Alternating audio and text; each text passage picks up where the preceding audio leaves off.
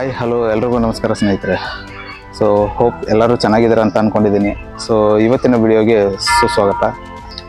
ಇವತ್ತು ನಾವು ನಿಮಗೆ ನಮ್ಮ ಜಮಖಂಡಿ ತಾಲೂಕಿನ ರಾಮತೀರ್ಥ ಅನ್ನೋ ಪ್ಲೇಸ್ನ ತೋರಿಸ್ಬೇಕು ಅಂತ ಬಂದಿದ್ದೀವಿ.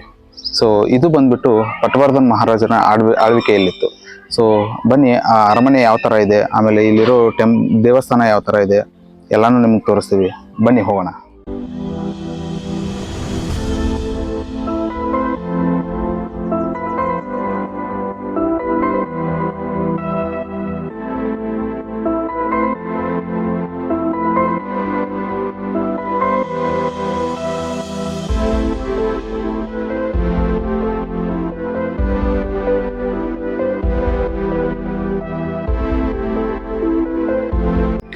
ಇಲ್ಲಿ ನೋಡ್ರಿ, ನೀವು ಯಾವಾಗಲೇ ಬಂದರೂ ಇಲ್ಲಿ ಪಾರ್ಕಿಂಗಿಗೆ ಏನು ತೊಂದರೆ ಏನಾಗಲ್ಲ. ಆರಾಮಾಗಿ ಪಾರ್ಕ್ ಮಾಡ್ಬೋದು ಗಾಡಿ. ಸೊ 4 ವೀಲರ್ ಎಲ್ಲ ಬರೋದಕ್ಕೆ ಯಾವ ಥರ ತೊಂದರೆನೂ ಇಲ್ಲ. ಬನ್ನಿ ಒಳಗೆ ಹೋಗೋಣ.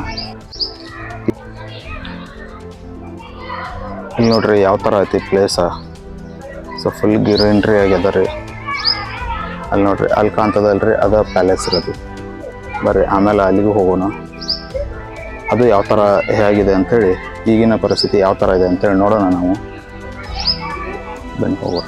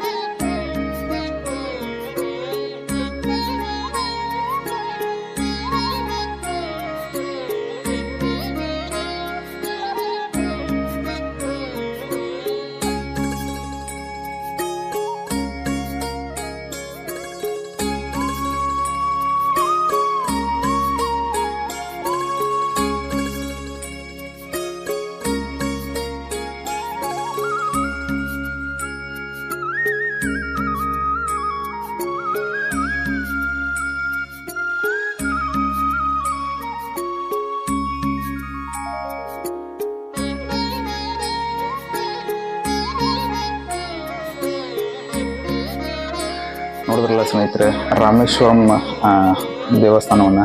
ಸೊ ರಾಮೇಶ್ವರಂದ ಹಿಸ್ಟ್ರಿ ಏನಂತಂದರೆ, ಇದು ರಾಮೇಶ್ವರಂ ಅಂತ ಹೆಸರು ಬರೋಕ್ಕೆ ಕಾರಣ, ರಾಮ ಇಲ್ಲಿ ಬಂದು ಹೋಗಿರೋದಕ್ಕೆ ಇಲ್ಲಿ ರಾಮ ಈಶ್ವರ ಎರಡು ಸೇರಿ ಇದು ರಾಮೇಶ್ವರಂ ಅಂತ ಆಗಿರೋದು.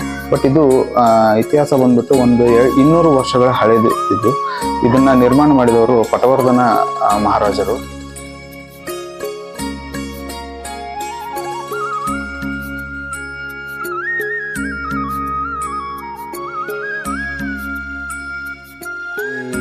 ಮರದ ವಿಶೇಷತೆ ಏನಂತಂದ್ರೆ, ಇಲ್ಲಿ ಅರಳಿ ಮರ ಆಮೇಲೆ ಬೇವಿನ ಮರ ಎರಡೂ ಒಟ್ಟಿಗೆ ಬೆಳೆದಿರೋರು.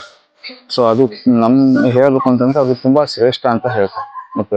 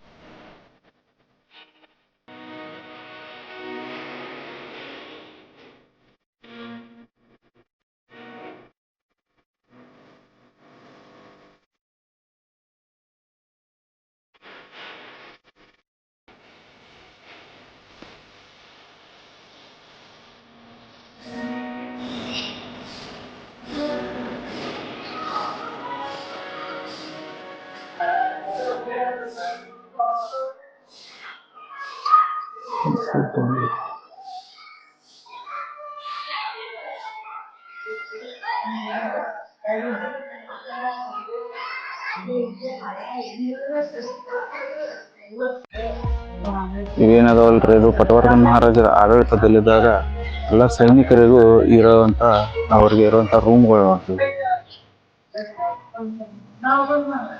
ನೋಡಿ. ಇದಕ್ಕೆ ಮೇಲೆ ಹೋಗೋಕೆ ಜಾಗ ಇದೆ ನೋಡಿ.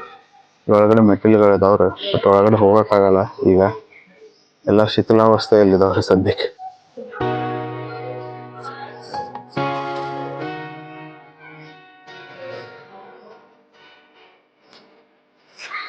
ಬರ್ರಿ, ಇಲ್ಲಿ ಒಳಗೊಂದು ದೇವಸ್ಥಾನ ಅದ, ಒಳಗಡೆ ಹೋಗೋಣ. ಇದು ನೋಡಿ ಸ್ನೇಹಿತರೆ, ಇದು ಗುರುದತ್ತ ಮಂದಿರ ಅಂತೇಳಿ. ಬರ್ರಿ ಒಳಗಡೆ ಹೋಗೋಣ.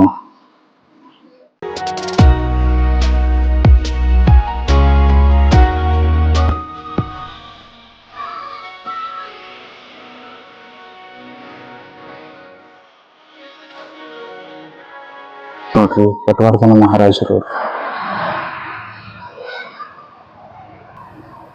ಸೊ ಈ ಕಡೆ ಭಾಗದಲ್ಲಿ ಪಟವರ್ಧನ ಮಹಾರಾಣಿಯ ಫೋಟೋನು ಇದೆ ನೋಡ್ರಿ.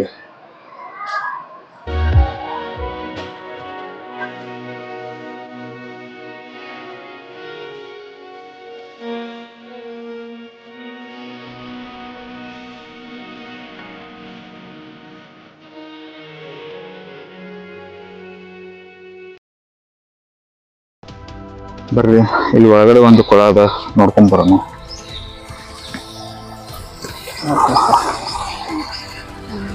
ನೋಡ್ರಿ ಎಷ್ಟು ದೊಡ್ಡದಾಗಿದೆ. ಅಲ್ಲಿ ರಾಮೇಶ್ವರಂ ಮಂದಿರದ ಮುಂದೆ ಒಂದಿದೆ, ಅದು ತುಂಬಿದ ಮೇಲೆ ಅಲ್ಲಿರೋ ನೀರು ಇಲ್ಲಿಗೆ ಬರುತ್ತೆ. ನೋಡ್ರಿ ಎಷ್ಟು ದೊಡ್ಡದಾಗಿದೆ ಇದು.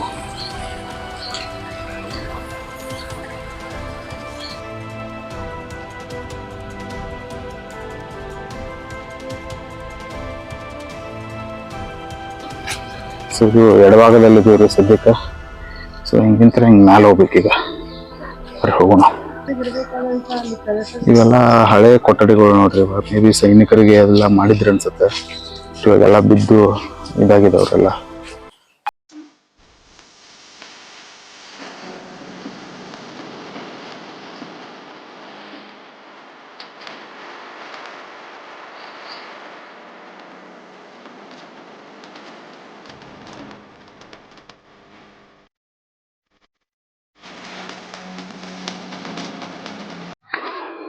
ಇಲ್ಲಿ ನೋಡ್ರಿ, ಅವೆರಡು ಕೊಳಗಳು ತುಂಬಿದ ಮೇಲೆ ಕೊನೆಯದಾಗಿ ಬಂದ ನೀರು ಈ ದೊಡ್ಡ ಹೊಂಡಕ್ಕೆ ಬಂದು ಬೀಳತ್ತೆ ನೋಡ್ರಿ. ಎಷ್ಟು ದೊಡ್ಡದ ಇದು. ಇದು ನೋಡ್ರಿ, ಈ ಮರಗಳೆಲ್ಲ ಅಶೋಕ ಮರಗಳು ಅಂತ ಕರಿತೀವಿ ನಾವು ಇವನ್ನ. ಆವಾಗಿನ ಕಾಲದಲ್ಲೇ ಹಚ್ಚಿರೋ ನೋಡ್ರಿ, ಎಷ್ಟು ಚಂದ ಕಾಣುತ್ತದೆ. ಅದ್ರ ಮಧ್ಯದಲ್ಲಿ ರೋಡ್ ಮಾಡಿದ್ದಾರೆ.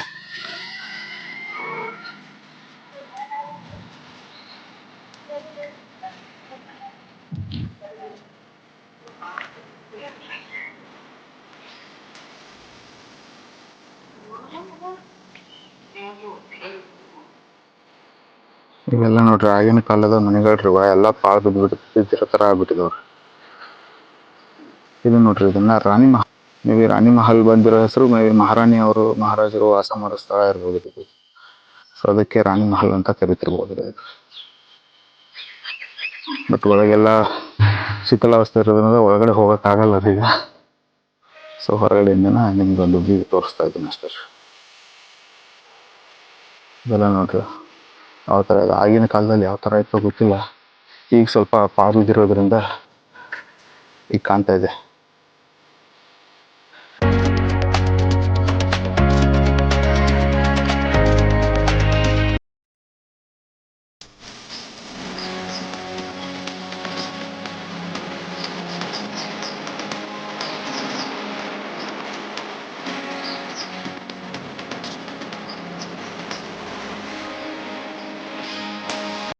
ಸುಮ್ಮನೆ ನೀವು ತೋರ್ಸಕ್ಕೆ ಅಂತ ಮೇಲ್ಗಡೆ ಹಾಕಿದ್ದೀನಿ. ಇದೆಲ್ಲ ನೋಡ್ರಿ ಬ್ರೇಕ್ ಡೌನ್ ಆಗ್ಬಿಟ್ಟಿದೆ. ಇದು ಎಲ್ಲ ನೋಡ್ರಿ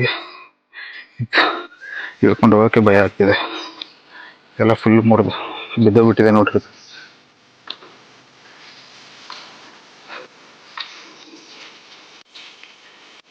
ಟೆನ್ನಿಸ್ ಕ್ಲಬ್ ಇದು. ನೋಡಿ ಗ್ರೌಂಡ್ ಎಷ್ಟು ದೊಡ್ಡದಿದೆ ಇದು.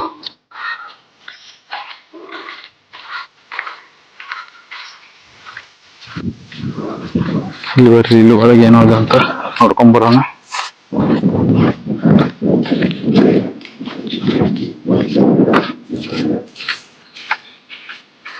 ನೋಡ್ರಿ ಎಷ್ಟು ಅದ್ಭುತವಾಗಿದೆ ಇದು ಈ ಕಡೆ ಎಲ್ಲ. ಬಟ್ ಪಾಳು ಬಿದ್ದಿರೋದ್ರಿಂದ ಇದು ನೋಡ್ರಿ ಎಷ್ಟು ಚೆನ್ನಾಗಿದೆ ಇದು. ಬಟ್ ಏನಂತಂದ್ರೆ ಈಗೆಲ್ಲ ಇಲ್ಲಿ ಜನನು ಎಷ್ಟೊಂದು ಗಲೀಜು ಮಾಡಿದ್ದಾರೆ. ಸ್ವಲ್ಪ ಸ್ವಚ್ಛತೆಯನ್ನ ಇಲ್ಲಿ ಕಾಪಾಡ್ಕೊಂಡ್ರೆ ನೋಡಕ್ ತುಂಬಾ ಚೆನ್ನಾಗಿರತ್ತೆ ಇದು.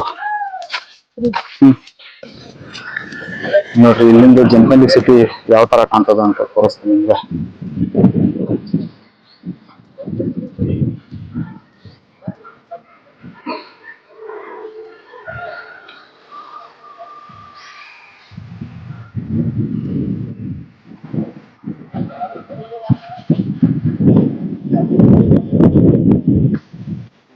ಹೋಪ್ ನಿಮ್ಗೆಲ್ಲ ಈ ವಿಡಿಯೋ ಇಷ್ಟ ಆಗಿದೆ ಅಂತ ಭಾವಿಸ್ತಾ ಈ ವಿಡಿಯೋನ ಇಲ್ಲಿಗೆ ಮುಗಿಸ್ತಾ ಇದ್ದೀನಿ.